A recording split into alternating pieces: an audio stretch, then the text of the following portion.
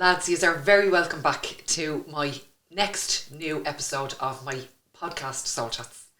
I am buzzing, I am vibrating sitting here in this chair because I have the gorgeous Jules Rules, my pal, I get to call her my pal, has driven all the way from Galway this morning to here in Drogheda, and I'm really chuffed that you did that. I'm really, really chuffed that you did that, Jules. Thank you so much. I would have driven further. Pat. I would have come further. I would have.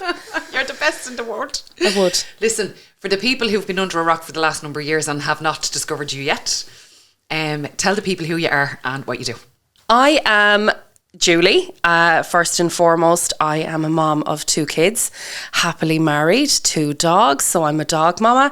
But what I do online is I just want to make people laugh. Yeah. And it all started many, many moons ago when a friend of mine said, "You're really funny, you should go online, you really should." And I was like, "Really?"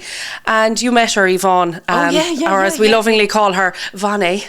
And she said, "You should really go online, you're so funny." And I did a TikTok, and first video went viral, and it kind of spiraled from there. And Isn't I thought, that mad? And you were just rocking up, just totally being yourself. Just rocking up and just kind of taking observations, or as I like to call them, momservations, and saying, I like that. And just saying, like, I think a lot of moms feel this way about this, and I'm going to make a little video so that we can laugh about it, because laughter really just does heal the soul. So that's where and you're it telling all started. truth. Like, you're not glossing it. It's not the Instagram ma'am. Absolutely not. It's the proper, I'm going to tear my hair out, ma'am. Absolutely, 100%. And it is the traditional Irish mammy. And I suppose the thing is, I think the Irish mammy is a very unique mammy. Yes, it is. We are renowned for being very, very tough, very strong and very resilient, but there is a nurturing, beautiful, loving nature to us. Yeah. And usually it's only our kids that are lucky enough to see that side of us. So it's really nice to kind of show that, and people say, "Oh my God, I can relate to that." But people all over the world have. Yeah. People say, "That's the Canada mammy, that's the Minnesota mammy, that's the Southern mammy." So a lot of people are relating to the content, which is lovely. Yeah. So immediately what I want you to do after this podcast is go directly to Jules Rules, but I'm going to put up all your contact details anyway. Okay. So let's get into this.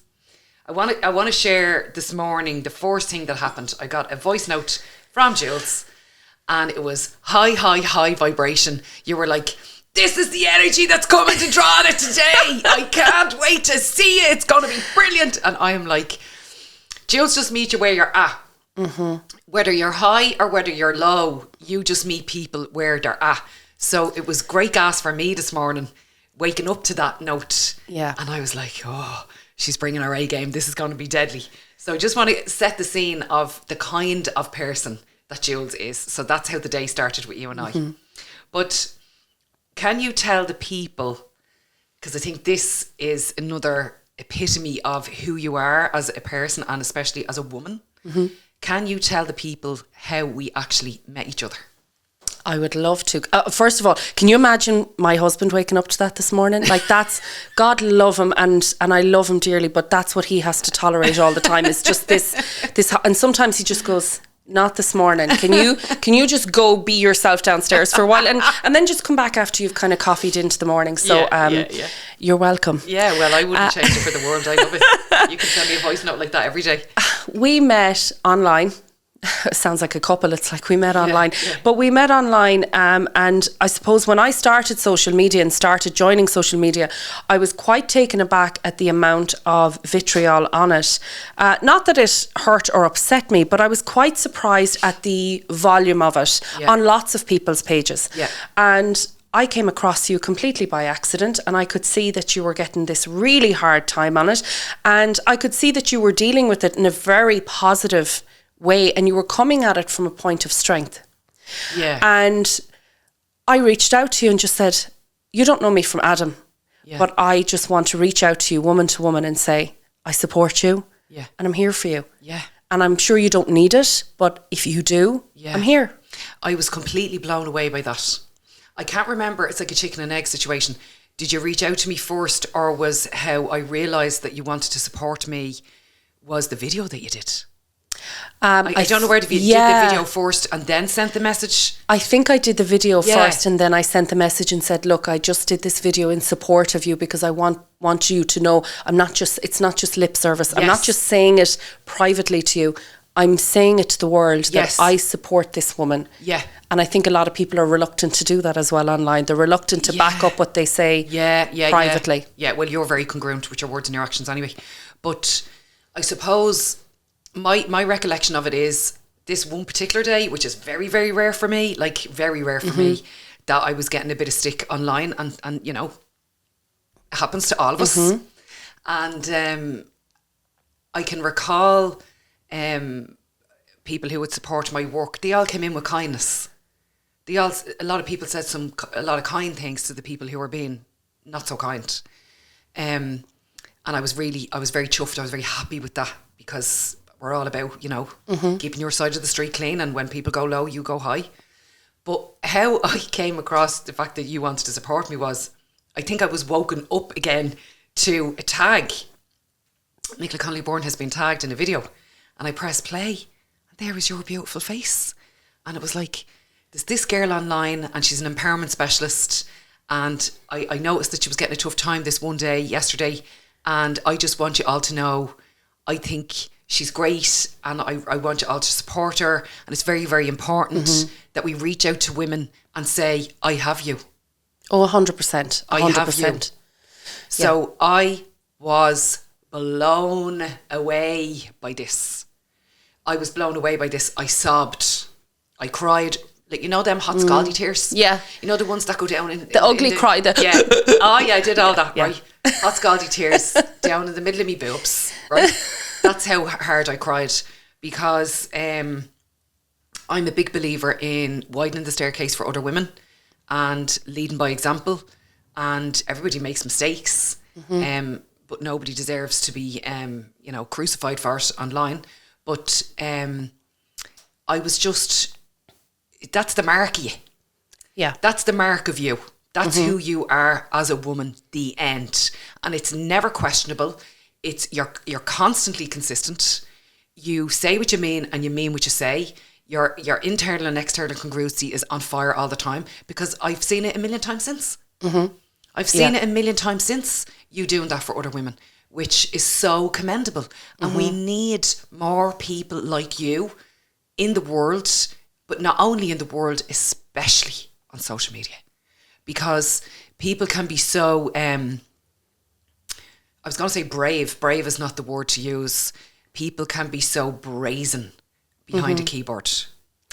I find that people are using social media for therapy. Yeah. So what they're doing is, instead of actually working through their issues or their confidence problems or their anything that they're carrying from childhood, instead of working through that in a very meaningful way and sorting it out on the table, is what I always say to people. Take your issues, sort them out on the table, and then file them away, and you never have to deal with them again. Yeah. Instead of doing that, they use social media to pile on to somebody else. Yeah. Like, she looks like she's doing really well for herself. She looks like she's very, very happy. I'll take her down a peg or two because that's going to make me feel better about the situation I'm currently in. Yeah. And I suppose a thing about my background is, you know, I have been a single mom. I have had 2 kids. I actually quit my job the year of the crash.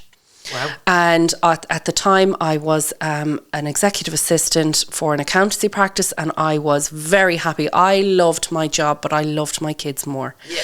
And I looked at these 2 beautiful children and I thought, I can't spend the next 10 years of their life racing and letting somebody else raise them.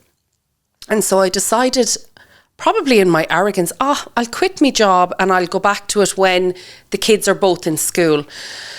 And it was the same year of the crash. And after that, it was like, oh my goodness, I'm in trouble here. People are not going to hire an executive assistant. It's a luxury item now. Yes. And in the same year, I went through a separation. So it was a very tough time for me. And I noticed in particular women's approach to me change. So now that I wasn't, now that I wasn't working, I noticed that there were groups of moms. Right. And I really didn't like the fact that because I was a single mother, I was somehow less than other mothers. Can we address that immediately? Absolutely. The word single mother. Yes. Right? So a very, very nice lady, and I cannot recall her name, and she's from Galway, collared me one day. It was an event, it was an award event that we were at. And she said, I referred to a girl who was a single mum, and she said, no. She's not a single mum. She's an independent parent, Nicola. And I was like, whoa, there's power in that. Yeah. There's power in that statement, because there's such a judgment, which is what you're alluding to. There's such a judgment on single moms, right? But independent parent feels and sounds energetically so much more different. Because when you are an independent parent as a female, you are your mum, your dad, you're on your own a lot. You've nobody to bounce your stuff off. You can't take a break. Yeah. You can't say, I'm losing the head with the kids, I need to just walk around the block. You don't have an outlet.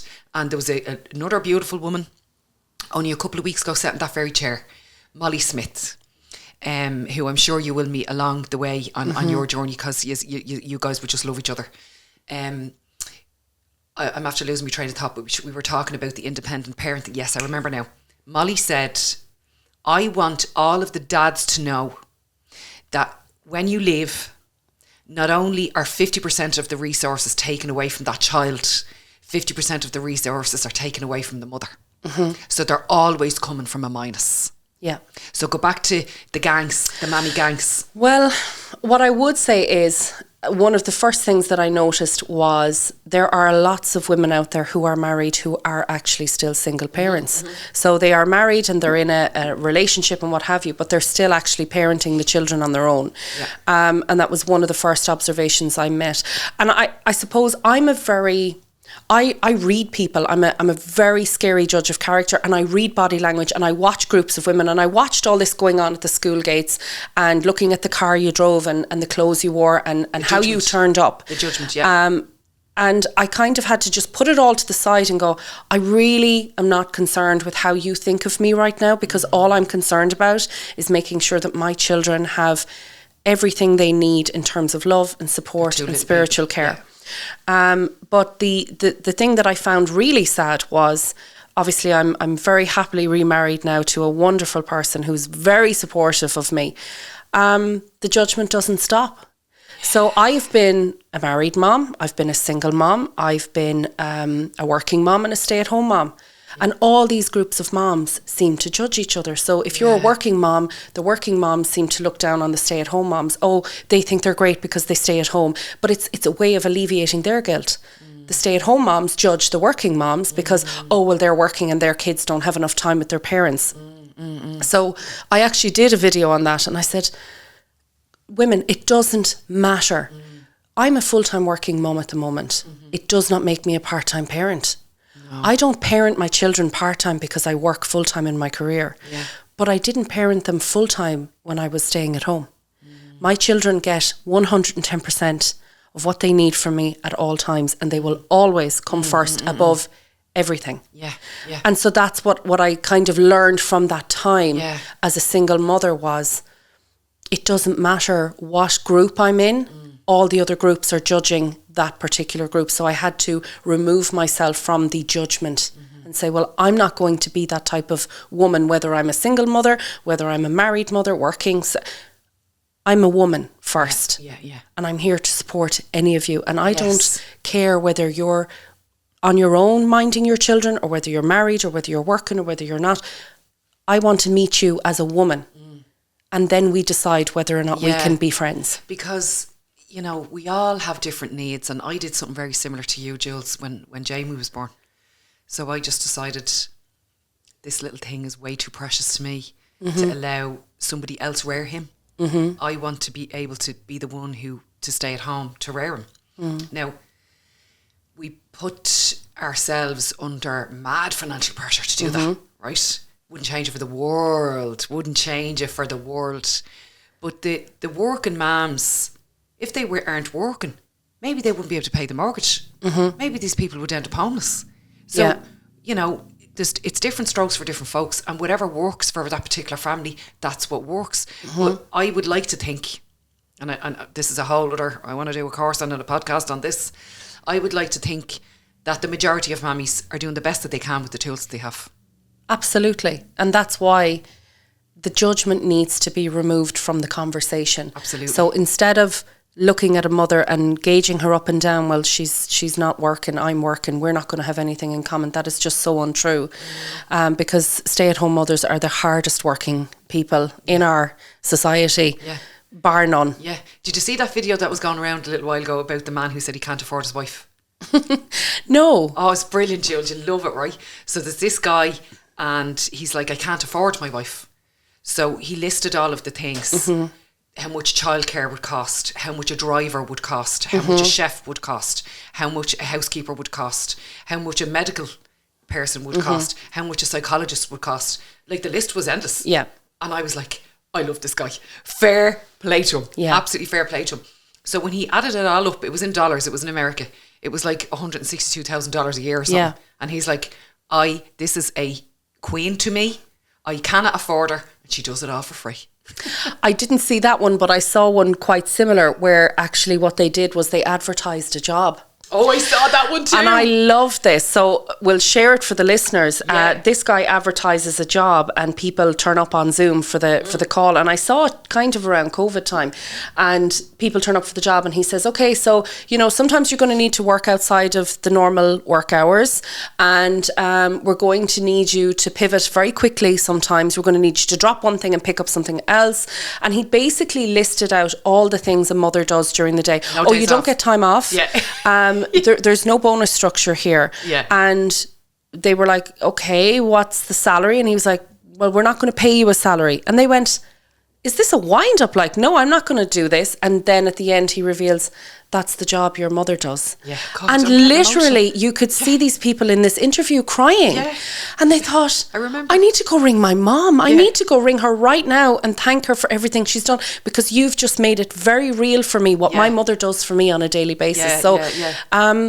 We do a lot in terms of the family structure. Yeah. But you and I both know that, we're also trying to break cycles from our own childhood and always. habits that we picked up. And I thought about this in the car on the way up, and I thought, we're very quick to judge our parents as to what they didn't do. But I choose to take forward what my parents did do for me. And my parents left me wanting for nothing. Okay. We went to good schools. We had clothes on our back. We had food on the table. Okay. My mother cooked incredible meals. She was a very tough, strong, resilient woman. She was absolutely beautiful. And, there's advices that she used to give me all the time. And I used to laugh because they used to contradict each other. So, my mother had a saying for everything. And that's kind of a lot where the comedy comes from as well. So do you. My mother would say things like, if you met somebody, she'd say, but he hasn't a good job. Love doesn't stop the brown envelopes coming in the door, And you think, right, okay. And then, of course, you could meet somebody who'd be a little bit better off and she'd say, you marry for money. You'll spend the rest of your life paying it back. And you're like, can I win here? I think really what she was trying to say was there was nobody good enough for us. But it was her way in a roundabout way. Yeah, she was saying that. So sarcasm. I suppose we all try to break things that our parents did that we didn't agree with, or, well, I'm never going to do that when I have a child. But I think now of my children, and I think, what about the time that they take my temperature? What about when they list my itinerary of the things that they're never going to do with their children? I'd say my kids have a list the length of the street. Yes, so I look at those and I say, you know what? None of us are perfect. Yeah. Not one of us are perfect. Yeah. We have to forgive, we have to move on, and we have to do the very best that we can right now in the moment we're in. Yeah. And I think that's something our children will realise too when they're older. Yeah. We're not perfect. No, we're not. And as I say, every day is a school day. And I just say to both my kids, give us a minute, will you? Because I've never been a mum to an 18-year-old before. I've never been a mum to a 16-year-old girl before. Yeah. So I'm learning. So just give us a minute. I'm trying my very best. But I think what's important is that whatever blueprint we were handed of, that's what a mammy does, that's what a female does, that's what a wife does, That's what a man does. That's what a husband does. That's what a father does. Whatever that blueprint is that we were handed, I believe it's our responsibility to just make the blueprint a little bit better. Yeah. And then hand it over. And when I see my kids doing things that blow my mind, I'm like, they're already changing the blueprint. Yeah. They're already changing the blueprint that I've handed over, and I'm not even finished yet. Yeah. But they're already tweaking and doing things better and saying things in a different way that I wouldn't say. And I to be mind blown looking at the two of them. But that's what I think. I think when you're given the blueprint, you have to fix it maybe not fix it, but tweak it to a degree, and then hand it over. And then you always want your kids to do better than you did.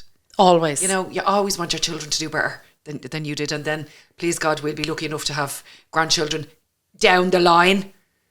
Down the line. I'm not even kidding you. I keep telling my daughter's 19 and she's in a relationship and she's just doing her leave insert and she's ready to go off to college. And I keep telling her, Leah, I am far too fabulous to be a grandma. I am not ready to put on the slippers and hand me knitting needles. I love to crochet, but I am not ready to start knitting. Yeah. So give me a few years of fab. Okay, I'm in my 40s. I'm feeling great. Yeah. I'm probably feeling the best I've ever felt, being honest with you, in terms of physically, mentally, emotionally, and spiritually. Yeah. I'm probably in the best space I've ever been in. I'm delighted. And I say probably because I'm hoping there's better to come. Absolutely. Well, we're going to manufacture that's what happens. Absolutely. But I just keep saying to her, give me time. I'm just getting my freedom now. Yeah. And they're at that age where it's like my husband and I just came back from Madrid, and when we were booking it, it was like, oh, hang on. And then, oh, no, they're fine. We can go. Yeah, we can do that. Let's hitch a ride, like, yeah, you know. Yeah. So we're just at that stage where we're actually enjoying life again. And it's like, don't even think about it. About toppling this apple cart. No, don't Do spoil not it. topple the apple cart. Because I'm telling you now, I'm going to be grandma. I'm not going to be grandma. Yeah, I will be too. You know, I'll be the glamorous one. Yeah. Just like my mother was. Very glamorous and quite happy to, you know, give them the few pound to go shopping, but don't touch grandma's dress. Okay? And you know, grandma just had her nails and hair done, so. Yeah, don't be kissing me too hard. I raised my kids. Yeah. I'll spend quality time with them, of course, and yes, I'll babysit once a quarter. But other than that, this is my time, and I've raised my kids. So I feel like in the last number of years, I remember when because Charlie is our youngest, when she started getting a bit older, and Jay could take her for a couple of hours. I remember we used to go to a place across the street called Duende, which I was actually in last night, and we'd go between 5 and 7. Yeah. And that was our date night. We'd go for the 2 hours, we'd have some tapas and a couple of glasses of wine, and we'd head back home again. Now we're at the phase where we don't actually have to consider anymore, because the kids kind of don't really want to hang around with us, and they're gone and they're with their pals, or they're working, or they're training, or they're doing whatever they're doing. But yeah, I feel like Neil and I are getting back our time like we had before we had children. Enjoyed it immensely when the kids were small. I was the one who was, you know, going down the slides and on the zip line, and all the mammies, the judgy mammies, would be, look at her now. I was right behind you. I was the one queuing up behind you. Down that slide, you know, and I was like, woohoo, yeah, we're living our best life. Loved all the phases, particularly loving this phase. Maybe I took it a little bit too far last night, but I warned you to be fresh for me today. I'm absolutely fresh. And those photographs that you saw online were from Saturday night, not last night, because I never check in where I am. I never post anything where I am. That's a whole other podcast, because I got followed into a hotel one time. So that happened. So yeah, we won't be letting people know where we are. No. Okay. So, tell me about little Julie and what you were like growing up. Oh my God. I don't think I've changed all that much. I've definitely, I am definitely Julie 2.0, but as a young child, I was very creative. Now, I loved school. I loved my education. Was very much a people pleaser, which I'll get to. Yeah. But I was a very happy child. So I grew up in a family of 6 girls, no boys. Oh, wow. And I'm an identical twin. Okay. So when I was born, my twin sister was very ill. very, very ill, critical. And so for the first 3 years of her life being born, there wasn't that bond there with my mother, because my mother was in survival mode. This child is very sick and needs me the most. Yeah. And then you also had the added stress of there's 4 other children at home that also need care. So I do believe that has somewhat a sense of how my mother and I were never really as close as she would have been to the other girls. Yeah. But I loved her dearly, and you know, I there's a lot of things that, like I say, that I take from her, and I don't fault her for that, because I put myself in that position now and say, well, if I had 2 children and one was sick, I know that I'm with the child that's sick. Yeah. And I've actually had that situation. Yeah. But I grew up a very happy child. I had a great childhood. We lived in Limerick for 10 years. And I just had an incredible childhood of running through turnip fields, being chased by farmers, electrocuting myself on the electric fences, you know, the trips, the falls, the crack with 5 other siblings in the house. You know, we had a phenomenal childhood, and that is a great gift my parents gave me. Aww. And then we moved to Galway when I was 10, and it was like starting all over again. And then when we were 13, my parents moved to the UK and just took the 2 younger ones with them. And so that was a huge, you know, change in our lives. But so who was the 2 younger ones? Myself and my twin. So yourself and your twin? Just the 2 of us, because the rest were all old enough to stay at home in the family home. Okay. So they kept the family home, and everybody was working, or my older sister was doing her leaving cert. So it was a thing of, well, we're not going to uproot everybody. Yeah. We're eventually coming home to Ireland, so we'll move to the UK with the 2 younger ones, and we'll support them at home, whatever they need. Right. Obviously, they had the home and whatever. Very brave. Yeah. But how long were you in the UK? 3 years. Wow. And we came back just... And not a twang. Not a twang. Not a twang, but then I'm from Derry, and when people say, you're from Derry but you've no accent, and I'm like, I never lived there, I was born there, but I actually grew up in the south all my life. Yeah. But I do have a northern accent, as you well know from my comedy gig. I've heard it. But so we came back from the UK, and again, people say, oh God, you know, you moved a lot. But actually, I think all that moving opened up my eyes and opened me up culturally to a lot of different people. And the experience I had in the UK was incredible. Right. I was exposed to lots of different cultures and people and all those kinds of things. Yeah. And it actually helped me in my own parenting journey in terms of tolerance and understanding where other people are coming from in terms of where they're at. Yeah. So I was a very happy child. Good. Very, very happy child. That sounds really exciting, moving around. And my nickname was Bouncer. So I don't know if you remember the show Neighbours, but there used to be a dog. Yes, I do remember. Yeah, my nickname was after a dog. I was called Bouncer because I just came bouncing into the room, and I came bouncing in. I'd be like, hey everybody, how's things? And you know, so you know, and so I used to taper that down in when I met my first husband, I kind of tapered down my personality an awful lot. Not a great idea. And as the relationship continued, I became less and less of who I was. Wow. And that was something I had to work on afterwards. And, you know, I often find in a relationship when it breaks down, people say, you know, oh, whose fault was it? Oh, it's his fault. And I would have to stop people and correct them and say, hang on a minute. When a relationship breaks down, it doesn't matter what happened in the relationship. Both parties have to look at what went wrong. Take responsibility. And I can only deal with myself and take my accountability. And the accountability that I took from that experience was I completely changed as a person through the marriage. Wow. And I became silent in my voice, and I tolerated and allowed things that today I would never in a second allow. So I had to do that work on myself first and accept that no relationship is perfect. But you have to take accountability for what your behaviours are in a relationship. And mine were, I allowed things to carry on that I should never have. Do you know what? I don't think I've ever been as proud of you as I am right now for saying that. Because I actually have a lump in my throat now, because it's so easy. Yeah. And it's so cheap and nasty for people to always point the finger and say, and him, and him. Yeah, or him. her, or her. Exactly, or her. But, you know, the 80-20 rule has to apply. What did I do? Yeah. To accommodate and tolerate this behaviour for an extended period of time? Because you're complicit then. You Absolutely. become part of the problem and not the solution. Oh, I was a facilitator, absolutely. Facilitating madness, you know? Yep. But The other thing that I wanted to say is with regard to the self-reflection and the responsibility and all that kind of crack, and you dumbing yourself down, can we just say to the listeners how important it's actually imperative. It's imperative for you to show up fully.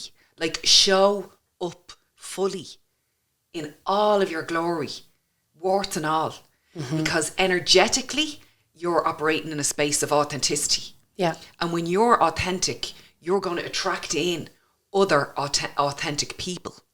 Whereas if you're wearing a mask and you're dumbing yourself down and you're beige and you're falling into the background, energetically, you're not going to attract the right people to you to allow you have your creative spark. Absolutely. For you to be fully you all the time. And as we well know, the mask always slips. It does. And you do revert to type after a period of time. So what would you say to the listeners for somebody who finds themselves in that position at the moment? I think it's very important to stop and just take stock first. And please, please, don't play the blame game. Please. And I think as well, what often happens is there's a spin-off effect when a marriage breaks down, is to point the finger not just at your partner but the family.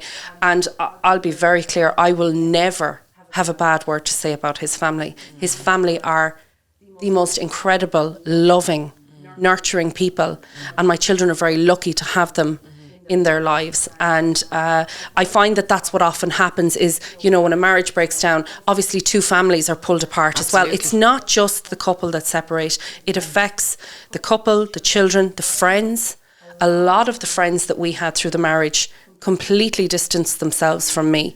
And I carry that now and say, I don't blame those people, because I think if I was in a similar situation, I'd be like, well, who do I befriend?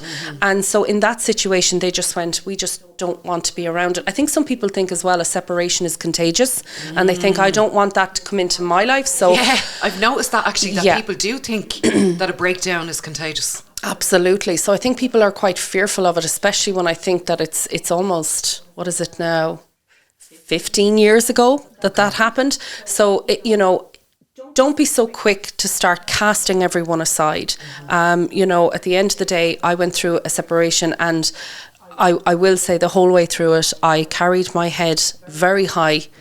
I walked in what I knew to be true, which is what I do to this day.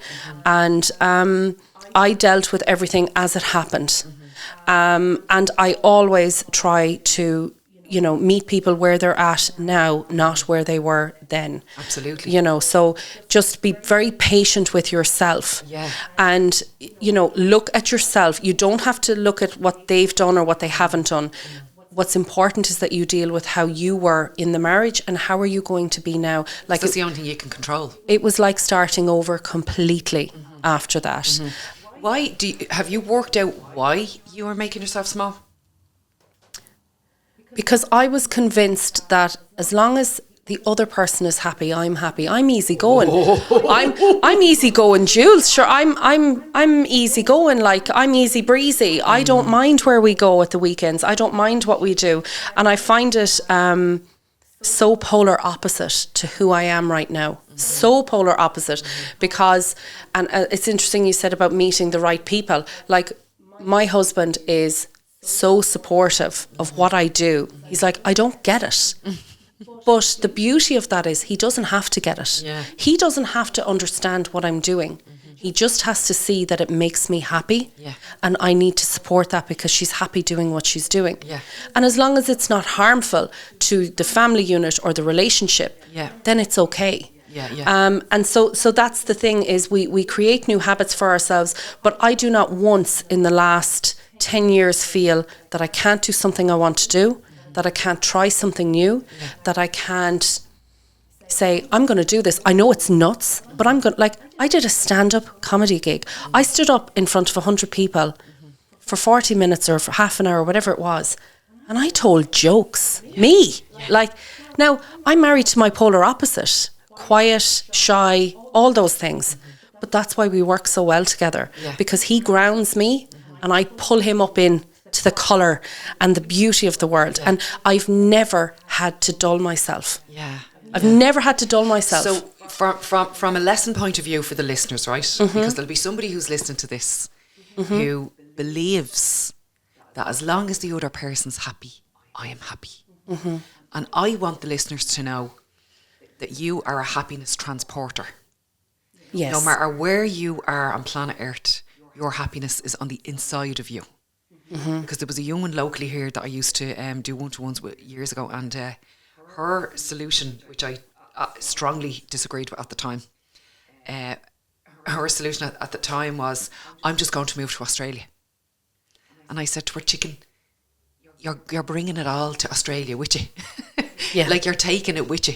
So do the work here. You can go. You can go, but do fix what the problem is work first. Yeah. So got a call about 6 months later off her. She's like, you were right. I am a happiness transporter. And it all did come with me. So she came home. Yeah. She came home to do the work eventually. Yeah. So I just want the listeners to know that happiness is never found outside of you, and you're never going to get your happiness from another person, place or thing. No. Your happiness 100% is an inside job, has to come from you. However, your happiness, the level at which you experience that, will be magnified when you're able to share it with other people. When you have that connection with that other one person or group of people. But don't think for a second that your happiness is coming from someone else's happiness, or you being a people pleaser, or your address, or the car that you drive, or the labels that you have on your back.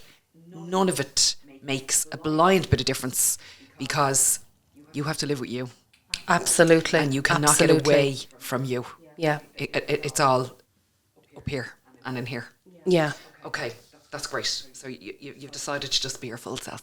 Absolutely. And God love him, he puts up with it. He really, and I do say puts up with it, like he tolerates a lot of energy from someone who's not as high energy as me. Yeah. And, you know, I love you, I'm sorry. But at the same time, I often say, you're welcome.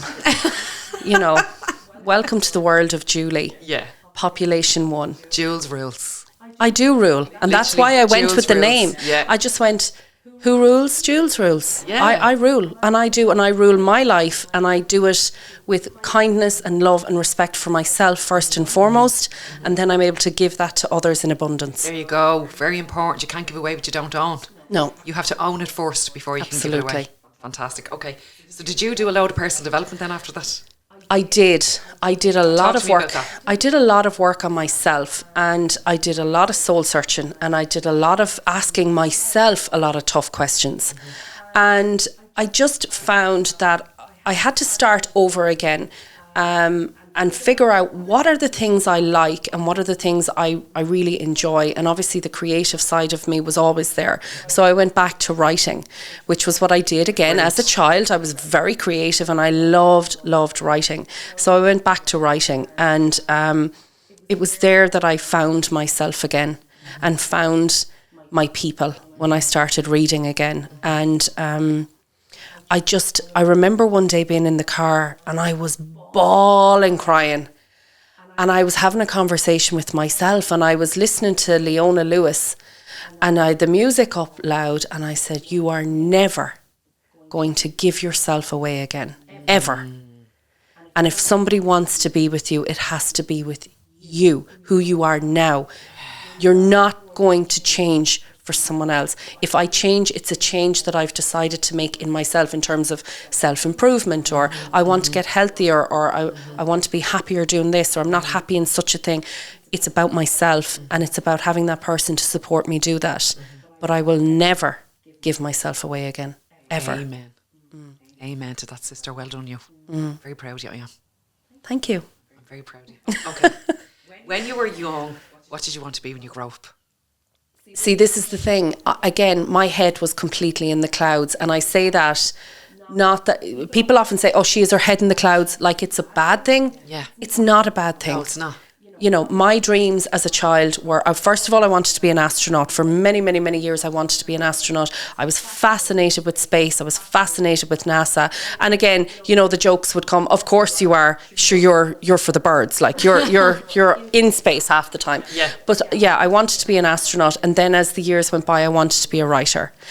And I do a lot of career development with young children and kids. And I always say to them, you know, you can have your passion as a hobby. So maybe there's something you're very good at that you want to do as a career, but I don't want you to feel that you can't pursue the things that give you joy. And I think that's something we forget as adults. We go into the world of working and we start the job and we become so career driven and we stop pursuing what makes us happy. And it's all about the money and it's all about the job. I don't do that. I have a wonderful work-life balance where I absolutely love my job. I love what I do. I love my career, but I get to be creative on the side. So I don't do it as a job, but I do it for fun, which is actually better. Yeah. I say to people all the time, if you're doing a job that you strongly dislike, you better make sure that your part-time job is doing something that you love, even if there's no money involved. Yeah. So just do the things that bring you joy. Yeah. Do the things that set your soul on fire. Do the things that you get up out of your bed at 3 o'clock in the morning for and do it for free. You know, make sure that you are being satisfied, that your spirit is satisfied. Because when we leave our spirit unsatisfied for a long period of time, then we just become broken and shells of ourselves. And resentful. And of everything. And then that spills over into your relationships, into your children, into all the rest of it. So that's fantastic that's come up in this conversation, and the fact that you're doing it with kids, like. Yeah, and I do it with adults as well. As you know, I do a lot of work with women in my free time. I don't look for anything from it. I don't shout about it from the rooftops. I often approach women privately and say, hey, I love your page, but I think you could do this, this and this, or maybe we could have a conversation. And what I actually find quite sad about it is a lot of women have met that with, what are you getting out of this? Like, where are you getting the payoff for this? And there is no payoff for me except to see you flourish. And that comes from a place of having been in a situation where I thought, am I ever going to get out of this situation where I'm happy again? And I'm there now.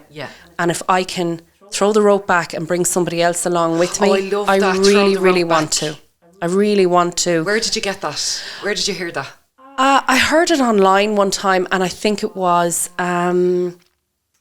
she's a comedian and I can't think of her name right now. It's beautiful. But she said, you know, I want to, she did a comedy show. I can't think of her name now, and everyone watching this is going to know exactly who I'm on about. And she did a stand-up comedy gig where she brought on all her female comedian friends. So she had this platform and said, I'm going to give this platform to my friends and throw the rope back and bring them along with me. And I just loved that concept. I think the important thing as well is identifying when someone doesn't want to be helped or doesn't want your help. So like I say, I've offered it many times to women and they've said, thanks, no thanks, I'm good, great. And I'm like, no problem at all. I wish you the best. So, and no different to yourself. I mean, you know, I put the hand out and said, I'm here to support you if you need it. You could have turned around and said, I do this for a living. I'm grand. Thanks. Thanks for the lovely message, but I'm fine. Often, listen, I'm dipped in holy water because I have a team of people that help me. I wouldn't be able to do any of this without them. But there was one or two things, especially when I was starting my journey on TikTok. When I didn't understand things, I'd be voice noting Jules, what's the story with this button? What does that do? And she'd be straight back on with an answer and always very helpful. But isn't it really sad? Like I did experience myself about 2 weeks ago where I offered help to a business. No, it's not a business, it's a charity. And I offered help to them because it was something that was very important to me. And it was met with, why would you want to do that? It was met with, what's the caveat here? What's the catch here?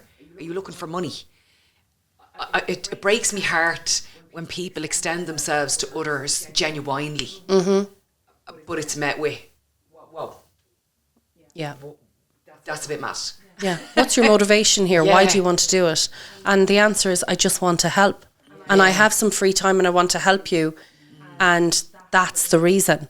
Yeah. And I've been met with quite a bit of cynicism in around that arena.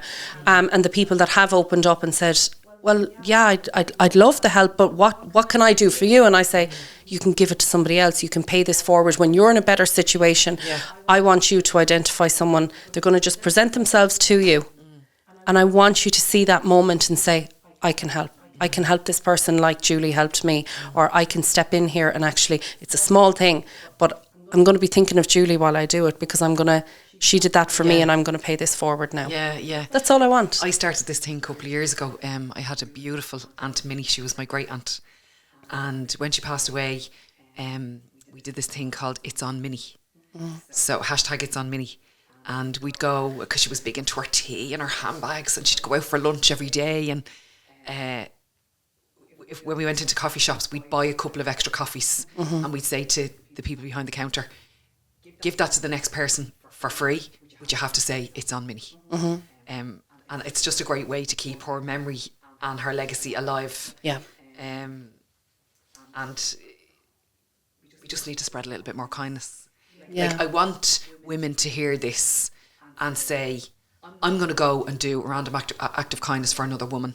I'm going to extend myself to that charity or whatever it might be and offer my skills, my service, my time. It's really easy to throw money at stuff. You know, it's easy. It is. But when you give part of you, yeah, when you give part of your personality or part of your talents and your time to something, it just has a deeper meaning. It lands differently. It does. And I'm going to tell you the story of the watch now. So this watch, I wear it every day. I absolutely love it. Beautiful. But where this watch came from, and this is what's really important to me, don't wait until you're in a position to help somebody. Yeah. When I was a single parent, no job, 2 kids, and I was on my own, and it was very, very tough, and I didn't have a lot. Yeah. And I still gave to other people, and there was a nanny that lived across the road. She was from Seville, from Spain, and she had moved in to care for these 2 little kids across the road. And I met her out in the street one day, minding the kids, and I was minding my own too, and we got talking, and I said to her, you must come over someday for coffee and bring the boys and we'll chat. And she came over and she broke down. She was so unhappy where she was.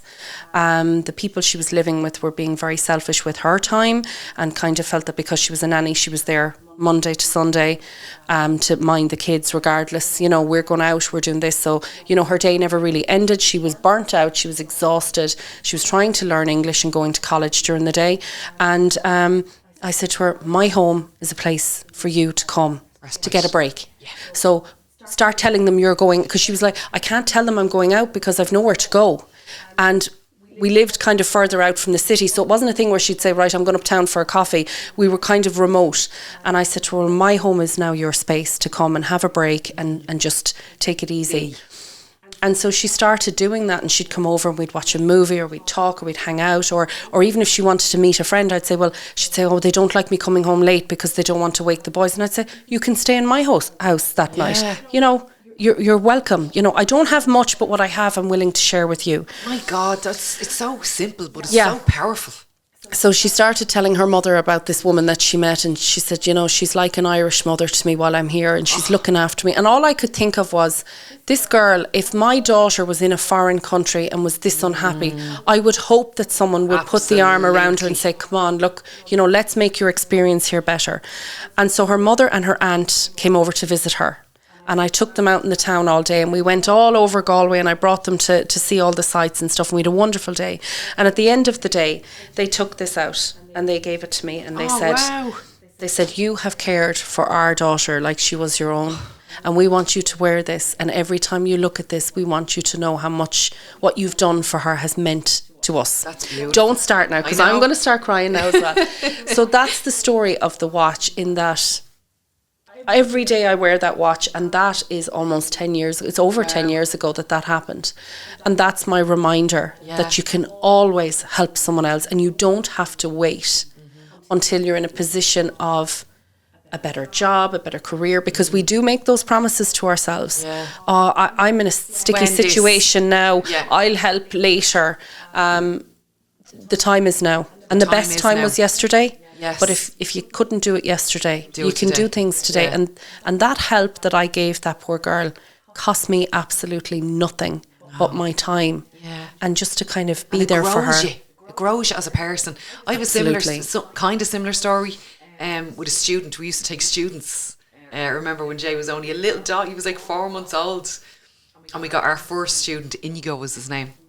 And he was from the very, very north of Spain in the Basque region. And Logroño was where he was from. And he came and we treated all the students like they were our children. We brought them everywhere. We showed them everything. And they ate very well in our house. There was never a penny made. Yeah. Because I used to pour it all back into them, right? But he came back to us for a couple of years. And then his family said, would you like to come to Spain? We'll show you our culture. We'll show you our vineyard. They owned part of the Rioja region? The Rioja? Rioja region? Yeah, they owned part of that. And they had property in a different part of Spain. They were like, there's the keys to the apartment. You go up. We were like, whoa. But I remember we went to meet the parents, they were just so good to us. I remember going to meet the grandmother. My God, Julie, right? I'll try not cry telling you this. We walked in, she stood up, a real powerful woman. She stood up and she came over to me. She grabbed me by the face, right? And she was after practicing this in English. She hadn't a word of it. And she's like, when you took my grandson into your home and treated him the way that you did, she said, I want you to know he is the king of Spain. He is the king of Spain. He is the most important man in this whole family. And we love you because of this. Well, I was gone. Bawling. And she sat beside me. That was it. That was the end of the English. That was the end of the English. Because she just spoke to me in Spanish. Then after that, poor Inigo was left translating for everybody for the time that we were there. But it meant so much to them that he was cared for and nurtured. But this is part of the Irish thing. That's why everybody wants to be Irish. Yeah. That's why everybody wants to be an Irish mammy. Because we just have these big mammy feathers that I think plume a bit stronger. Yeah. I think there's something in us that just, we have this motherly instinct that runs real deep and real strong. That's not taken away from other countries. I think it's something to do with the famine maybe. But I just think that Irish mammies, we're cut from a different cloth. We are, but I think that's why a lot of the stuff that I do online resonates with so many other cultures. Yes. And I mean a lot of cultures. I actually did one on, the things that parents say to their kids, that mummies say to their kids, and the amount of people from all over that's an American mummy, that's that's this mummy, that's that mummy. And I was just blown away, and I thought, we're all the same at the end of the day. We all just want to nurture and care and love and mind these kids and help them to be the best that they can be. Yeah. And we look back and we say, that's my work of art right that's there. Your legacy. That's my tapestry. I'm not going to be hot on the knitting needles, but my children will be my legacy, and they'll be the tapestry of what I can say, I did that. Yeah. Absolutely. Have you ever been trolled online? Yeah. Okay, so let's talk about that then. Well, obviously the go-to for me is the eyebrows. So I literally just called it out one day. Now, one thing that I make a habit of doing is I don't address trolls directly. Yeah. I've seen a lot of people do that, and what I find is it actually just attracts more trolls. Yeah.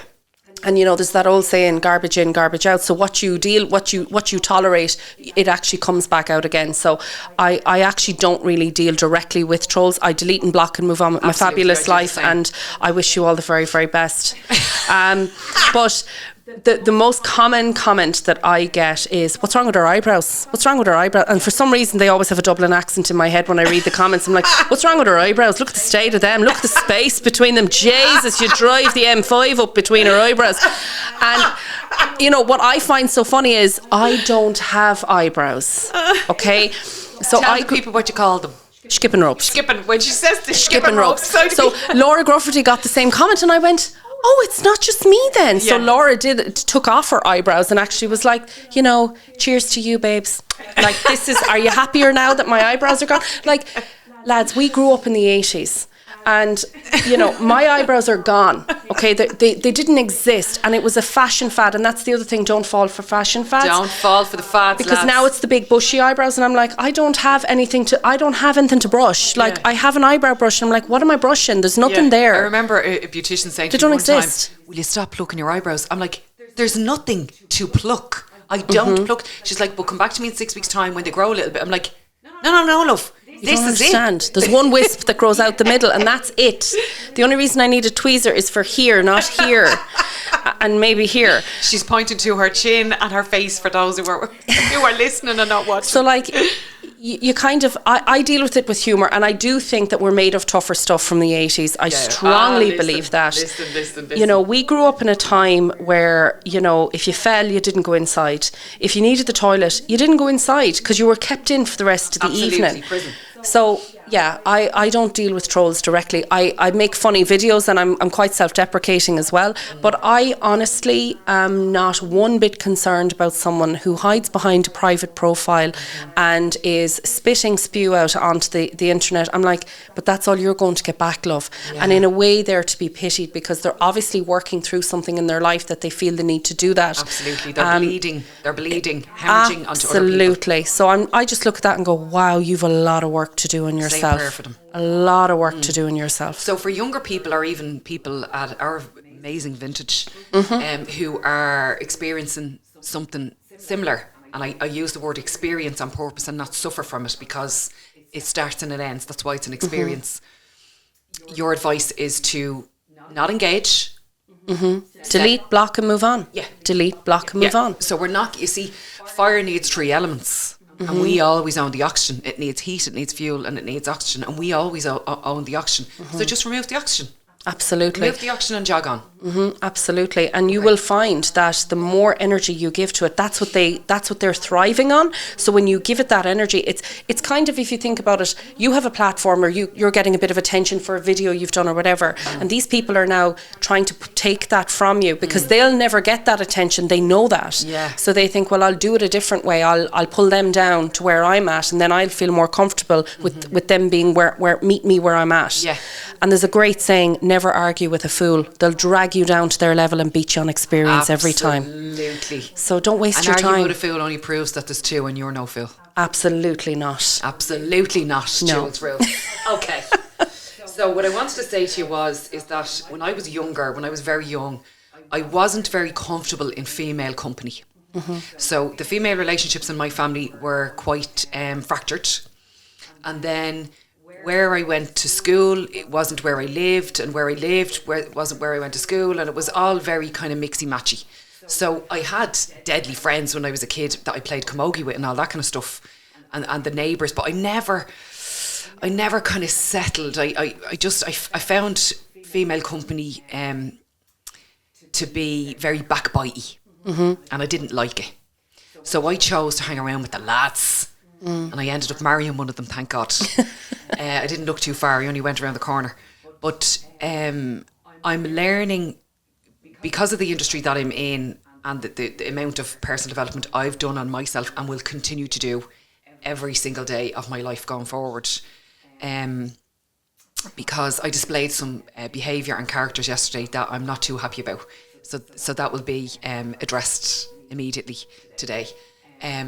But I'm learning to lean more into female relationships and be comfortable with and learning how to trust more. And, my team are just like Oprah Winfrey says she has the best team on planet Earth. She doesn't. I have them.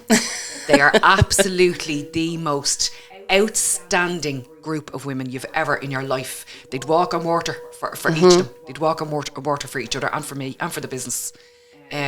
Personally and professionally, they're unreal.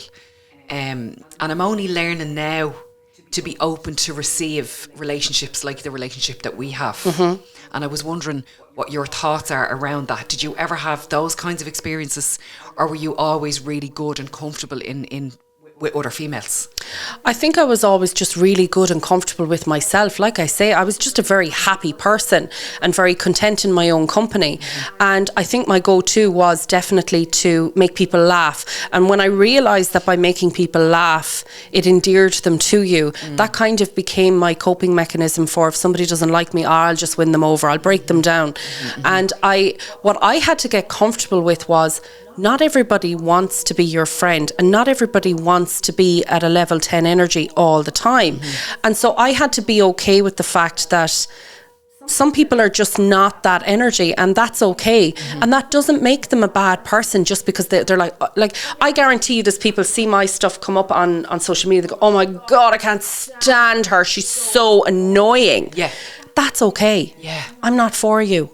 I'm for other people. Yeah, be Marmite. It's okay. And move on. Yeah, it's okay to not relate to everybody. Yeah. And rounding back on the people pleasing thing, I when I went back to work after many, many years at home of raising the kids, and I had to do like a personality test, and the guy brought me in, he was from Dublin, and he's like, so do you want to know what came up in your personality test? And I was like, God, I love learning about myself, please tell me more. And he said, you're a people pleaser, so I want you to be very careful with that now, because you're a PA and I know what you're going to do, you're going to say yes to everybody and please nobody. And when he said that to me, and it was such a throwaway comment to him, but I carry that with me to this day. Wow. And that's what made me a better PA for him, was that I was like, I'm a people pleaser? Oh my goodness. And this was after I'd done so much work on myself. Yeah. I thought, this is actually built into my personality. Yeah. So I had to realise you can't please everybody. And so you have to get very comfortable with not everybody's for you. You can't please everybody. You have to pick and choose what you do. Some people are going to be upset about that. That's something they have to work on. I have to work on what's best for me, for my family, and for what I'm doing in my life. You can't be everybody's cup of tea, because if you're everybody's cup of tea, you're a mug. Absolutely. And you're no mug. Yeah. That's kind of mainly the reasons when women come to me for one-to-ones or whatever. That's what we get to the crux of really quickly, is that they're people pleasers. And they put themselves last on the list. And I always say, it's all right to skip the queue every now and again. Yeah. You can skip the queue. Who wrote the list? I did. Write a new list. Yeah. You know? But people pleasers are people who are really uncomfortable putting their boundaries in place. They don't use the word boundaries. They say confrontation. Oh, I don't like confrontation. Oh, no. Don't do the confrontation now. Yeah. They are afraid of the backlash if they use their voice. Yeah. If they say, that doesn't suit me now. I can't do that. They're afraid of the backlash. Yeah. Fearing the judgment.